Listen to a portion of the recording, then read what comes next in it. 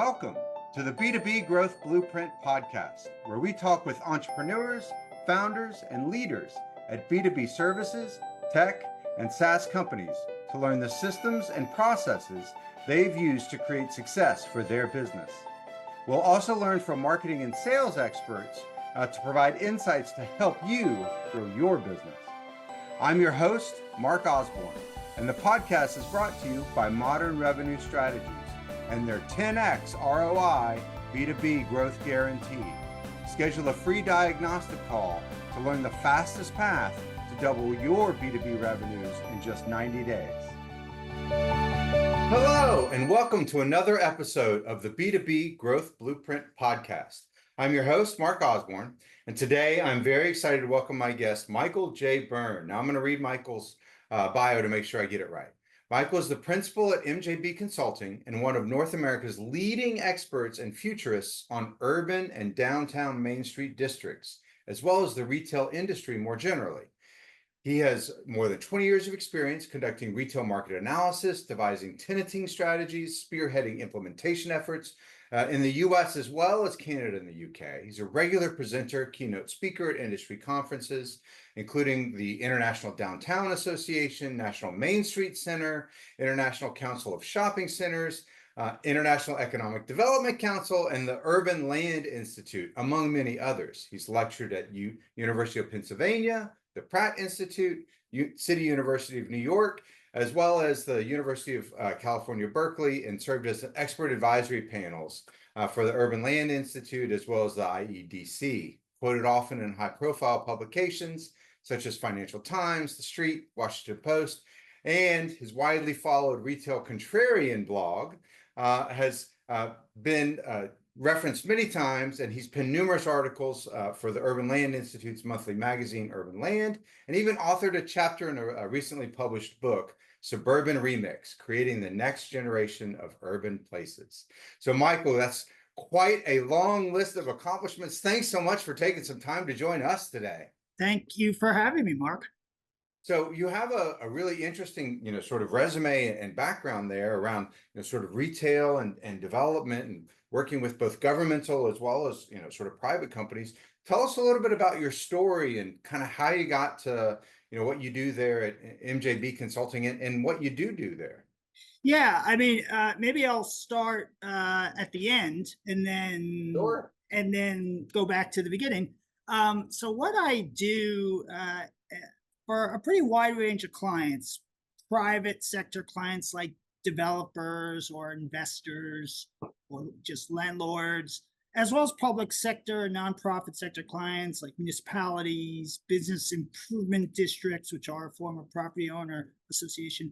What I do for them is really help them understand what their retail mix, the assortment of businesses that they have in their center or in their district, what more that mix can be, what more is possible, what more is realistic. Can they attract a Trader Joe's? Can they attract more restaurants?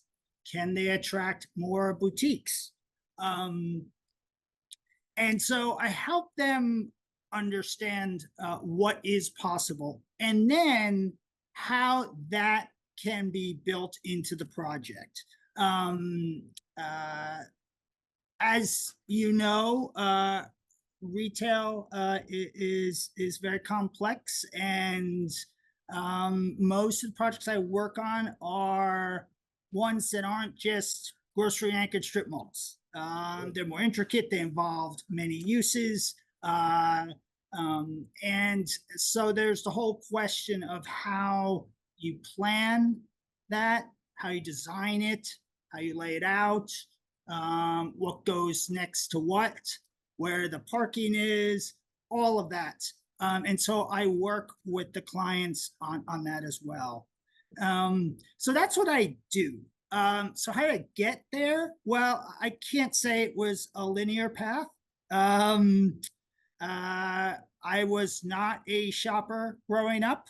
Of course, Right. like any good 80s suburbanite, I spent a lot of time in the mall, In the mall, in the food court, sure. in the food court. I don't know if you remember the store Software, etc. It was like this Oh was the yeah, dawning of the computer age, yeah. so or the bookstore, but I was not a shopper. And I wasn't either someone who dreamed of being self-employed or be my own boss. I didn't have the lemonade stand on the street corner, Okay. as an early sign of who I wanted to be in the world. Sure. I wasn't any of that. I went to college, majored in political thought, and then went to graduate school to get a graduate degree in a very pretentious sounding subject, political thought and intellectual history, which is effectively the study of other people who study for a living. Okay. One of the more useless subjects to know. That's being snarky. I did gain a lot from it, but uh, and then I decided, you know what? Instead of continuing in academia, why don't I try this whole workaday job thing? And I started working for an elected official doing policy analysis, specifically on economic development, Mhm. and learned about this whole field called urban planning, which I didn't know much about. It was a hobby to walk through cities, appreciate the architecture, understand the history, but I didn't know you could make a career out of it. So I went to work for a planning consultancy in New York City, and I found myself gravitating to the commercial revitalization part of it. How do you revive districts that had pretty much been left for dead? And you got to understand, this was in the mid to late 90s. Okay. Urban and downtown environments were only then starting to reemerge from what had been a multi-decade uh, a period of multi-decade stretch of decline. Right. Um, uh, and so I was drawn to that whole kind of evolutionary process as they reawoke from their slumber, so to speak. Um, and then I started, for the consultancy, I start at the planning consultancy. I started gravitating to commercialization, specifically retail, because I found retail to be so fascinating from an analytical perspective. You can understand so much about places Uh-huh. um, if you know the patterns of where retailers locate, how they think, how they see the world, and so that was really interesting to me.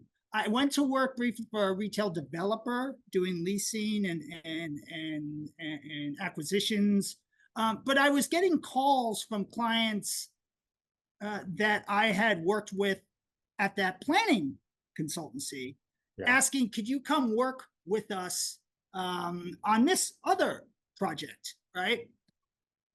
And I said, you know what? Why don't I give this a go? Right? It was 2002.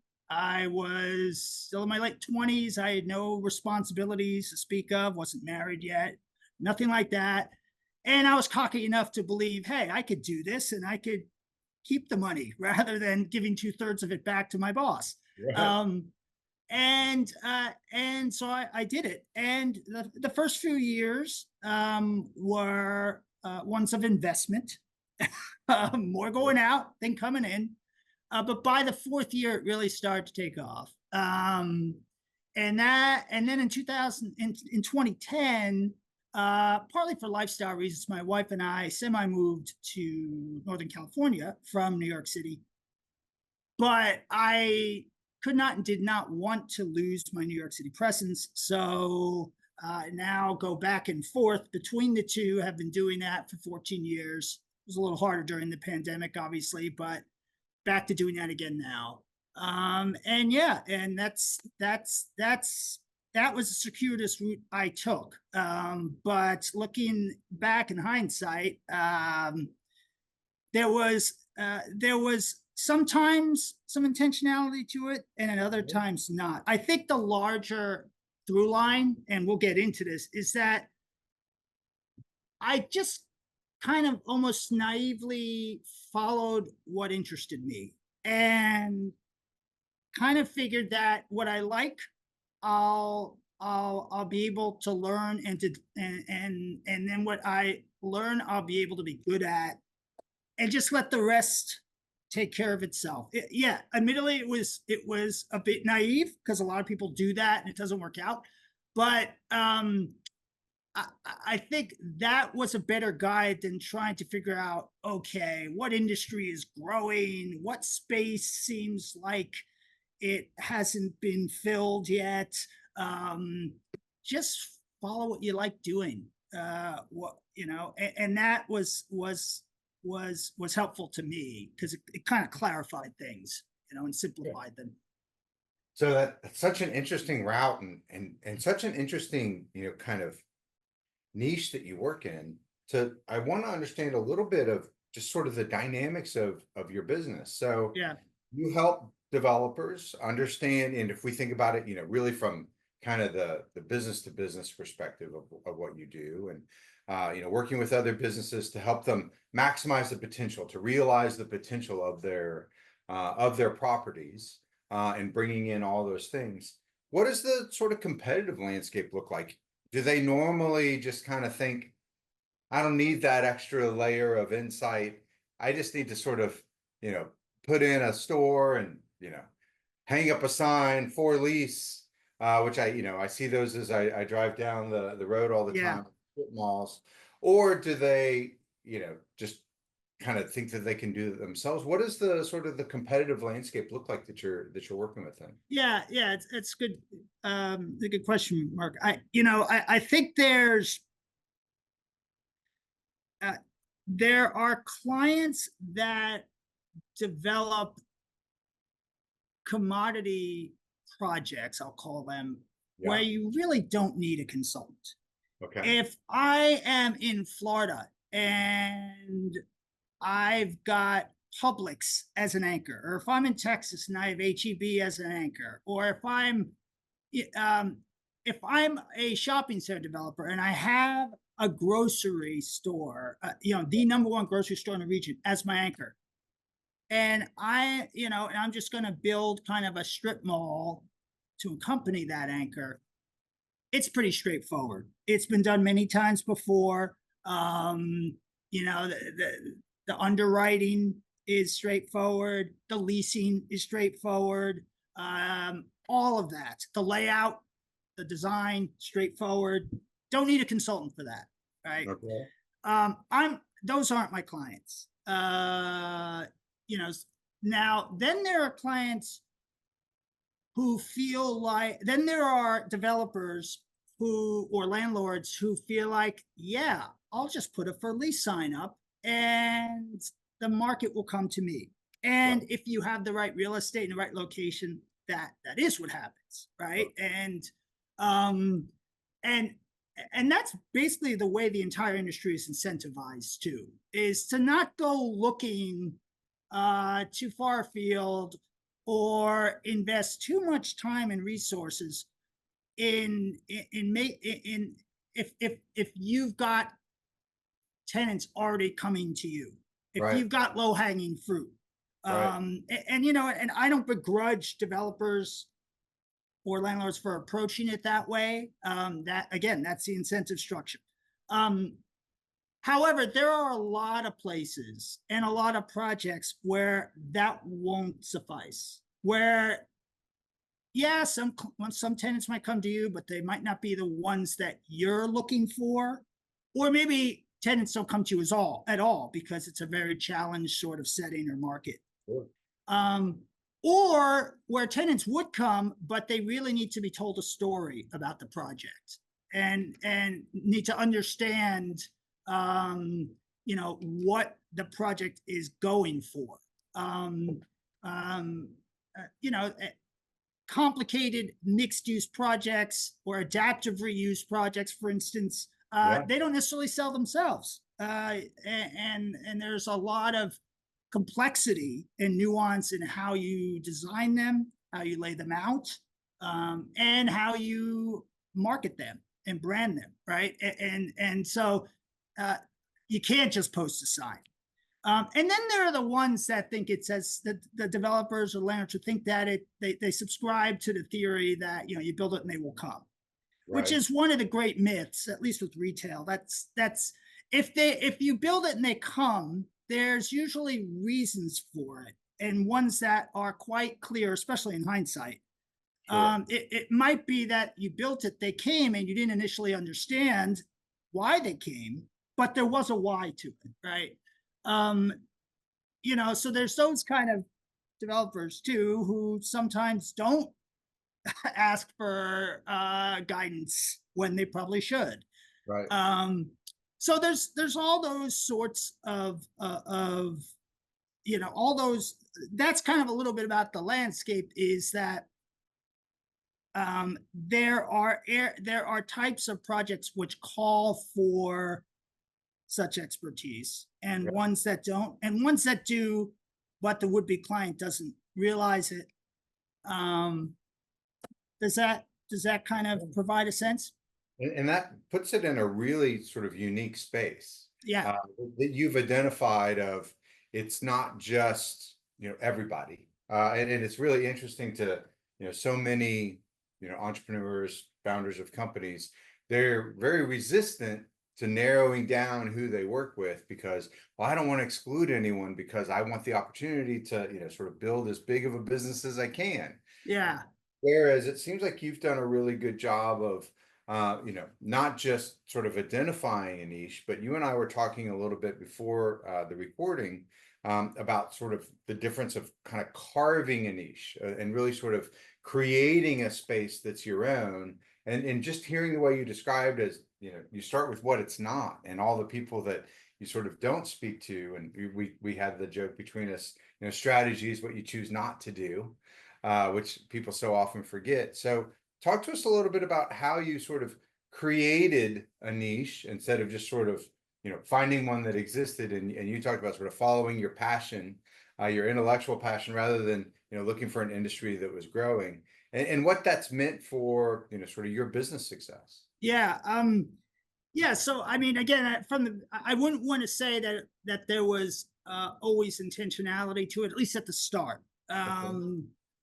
I did know that retail was the land use or property type that I was most interested in. Um, uh, but then there were some other considerations.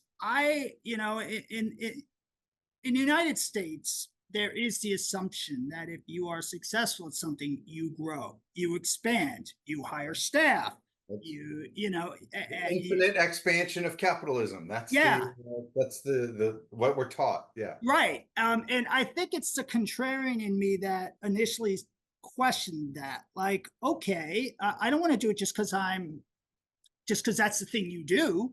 Uh-huh. And from both a quality of life perspective, but also from the perspective of what kind of work I wanted to do in a day-to-day sort of way, I made the choice to not just expand reflexively, right? Um, yeah, part of it was that I didn't want to be a project manager. I didn't want to be delegating the work that I wanted to do to other people. I Okay. wanted to do the work. That might have meant I was leaving money on the table, but that was okay with me because look, we only live this life once. We might as well spend that time doing what we love, right? So I resisted the urge to expand. Um, and one offshoot of that is that there is a real opportunity cost to everything I do, right? So if I try to put my finger in too many pies, there's only so many hours in a day, Yeah. right? And I find retail complicated enough. Yeah. I did not want to start adding additional property types to make things even more complicated. And I mention this partly because oftentimes my competitors are more general economists. Right. They will, a developer might come to them and say, what is the potential for retail, but also what's potential for office on my property? What's potential for housing on my property, hotels, all of that. Um, and that's often my competition. But because they're doing handling so many different property types, these sorts of general economists are looking at those property types at the 30,000 foot level, right? In very, and whereas with retail, because that's the only property type I work on, I'm able to drill down. And so, in fact, sometimes general economists are my clients. I'm a sub consultant to them on Right. projects that require that 30,000 foot view on all the uses, but a real drill down on retail specifically. Um, so I resisted the urge not only to expand, but also to expand my skill set. I wanted to focus on retailers what interested me most, but also there was a consideration that I'd rather do one thing really well and in really deep depth Yeah. than a lot of different things. Oh, do it okay with some depth, Yeah. and that was not the way that was not what most of my competitors choose. They're generally, you know, looking at all of the uses. Interesting. Yeah, You think that, and I don't want to get too far afield, yeah, yeah. but oftentimes we see that, from a kind of corporate growth or even exit strategy standpoint, that specialization makes you a better target for acquisition, or it's easier to sell, or all of those things. Was that some of the thinking, or did you just sort of kind of luck into that? Not, it wasn't some of the thinking. I mean, maybe I was just too young to be thinking in terms of exit strategy. Sure. um, and also, I know, and this is another reason I'm hesitant to take on full time employees. I know that I am kind of my brand Yeah. at this point, and I can impart a lot of that knowledge to an employee who then might take it and open their own shop or Right. bring it to a competitor, right? Um, and because I'm such a micromanager, it's not like I'm able to save time by Right. delegating either. I'm going to end up spending just as much time editing their work as if I just did it myself. That is not necessarily a great business skill Sure. to be a micromanager, but I think part of this is understanding who you are, being okay with it, and saying, okay, if that is who I am, I'm not going to, you know, tilt at windmills and try to change it. What does it imply for the way I run my business? And so, yeah, I mean, I think that, but I was never thinking in terms of an exit strategy per se, because, and also I am my brand, Right. and um, it's not something which is really all that relevant for that reason. You Right. know, It's so interesting because you've arrived at the same place that a lot of other businesses arrive at, but through a different path. And so yeah, one of the things that we see oftentimes is, again, businesses start by, well, I want to serve everybody because I don't want to limit my market. But then they sort of struggle with that for a few years. But then they take the time to look and they see, well, most of my billing and most of my happy customers, most of my repeat customers have this same problem. They might be in the same industry, or they might just be facing a similar, sort of challenge that they're trying to overcome. And they like working with us because we do it this certain way, which happens to be different than the way other people do it for whatever reason, either because we chose to do it that way or because that's just kind of who we are. And so then once they start to focus on serving that particular niche, whether it's defined by an industry or defined by a problem set, and emphasizing their particular strength at solving for that, that's when they really experience the growth that they were looking for all along, by having a wider set. And so often we really try to emphasize with folks, defining your ideal customer profile and defining those personas is and getting precise is a much faster path to growth than saying, well, I can do anything for anybody. right, And so it's right. something to see that. And I think, Mark, that gets at what you and I were talking about previous call, which is this difference between uh, commodity and niche, right? Right. I'm going to be all things to all people. Well, especially in my little corner of this sector, um, there's a lot of firms that try to be all things to all people, That's right. right? And I think the danger with that approach is it's not easy to show then how you're all that different. You might be very different. You might, frankly, do what everyone else does, but do it a lot better.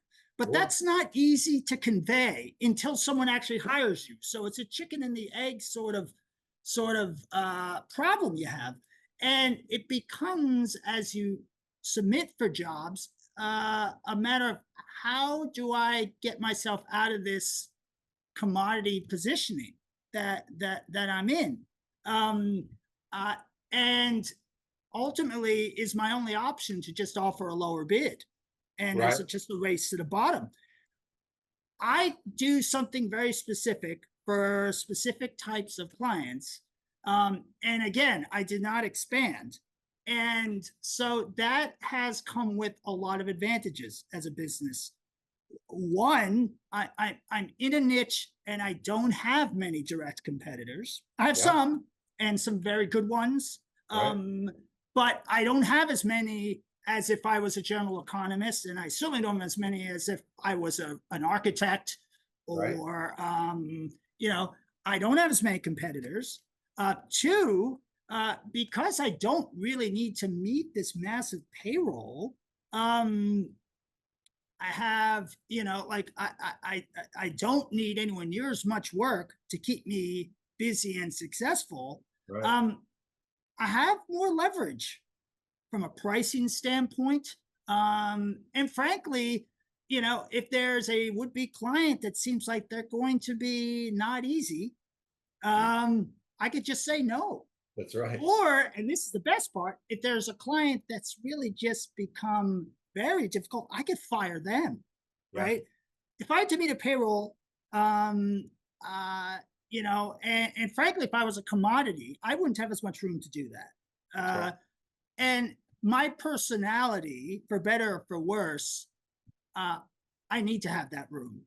Yeah. I don't, again, for better or for worse, suffer fools gladly. And there's a reason why I went out on my own and didn't want to have a boss. And so the freedom to kind of say no is something I cherish Yeah. and might not have been possible if I had to feed a lot of mouths, so, Well, yeah, but that freedom doesn't come without, sort of high quality work and knowing your niche well and being able to tell that story well. yeah, And you called out something that's so important, but often gets overlooked, which is, you know, being the best. That's kind of hard to prove. And yeah, oftentimes, like being better, being the best, like that's on a scale that usually clients, especially in, sort of enterprise professional services, they don't know until after they've hired someone, whether they got the best or the better, yeah, even. And so it's really hard to prove from a sales perspective. However, if you're the only, that's got a real difference to it, yeah. because that allows it to be a lot easier comparison instead of it's just a scale or shades of gray of being better versus Right. which one of them is the darkest of those shades versus well they're the only blue one. Yeah. And then it becomes a lot easier to say, and if I want blue, that's the choice for me. That's who I got to go to. Yeah. That's right. And so Yeah. often, like the businesses that take the time to understand their onlyness, and then come through with that in everything that they talk about, and are willing to say, we're not for everyone. We're for people that are looking for blue, Yeah. uh, that understand, and you talked about the market dynamics of your space that, you know, it's a specific dynamic that requires the type of solutions that you offer. You only do it for a specific type of customer. And so if you find yourself in that situation, we should be in a conversation that gives you so much more credibility going into that first conversation than just, oh, if you own property, we should talk. Yeah, I mean, I think from a sales perspective, there's a certain level of credibility you get just by saying, "Oh, actually, I don't do that. That's I right. know someone who That's does," right. right? Because it implies a confidence. Whereas if you're saying, "Oh yeah, I could do that, I could do that," I mean, is that client necessarily going to trust you as much or think that you're just desperate for work, right? And um, so I think, yeah, I think, and I also would add to that, Mark, not only really getting really precise about who you do serve and who you don't, but finding the platforms that will help you to elevate yourself against competitors that you do have. I won't deny that when I first started doing this, yeah, I was a nobody in my field. I mean, and I had to do a lot of hustling, a lot of versions of cold calling. I mean, I Sure. didn't cold call, but like I'd go to conferences and I'd have to be the one initiating the conversations, and Yeah. it's very awkward, and it's and it's like dating when you're single. You have to be used to rejection. Yeah. Um, but I think there were a few things that I discovered. At first, there was a bunch of different conferences I could go to, right? And I said, and you can't go to all of them, That's right? And I decided, you know what? I'm going to pick one organization and go every year so that maybe not now, but within a few years, I'll start to be seen as a fixture. I'm that's going to right. go to every one, and then I'm going to always try to speak at every one in some way or another, whether it's like, I wasn't going to get keynotes at that stage, but on a panel, but something which elevated me, which Yeah. positioned me as an expert, um, and which made the price worth it because you have to pay money to go to these Right. conferences, right? That's right. So I always made sure to market to speak at every conference, and then I realized also that at first when I would go to conferences, I'd be like, wait a second, no work came out of that conference, Right. and I had to content myself with the reality that it's not going to happen immediately. This is the long play, Yeah. and eventually it will hit a certain inflection point where it will start coming, and it did. That was about the 4-year mark, right? Yeah. It just started coming. And then the last thing I'll say is that as I've been doing this now for a while, I try to stay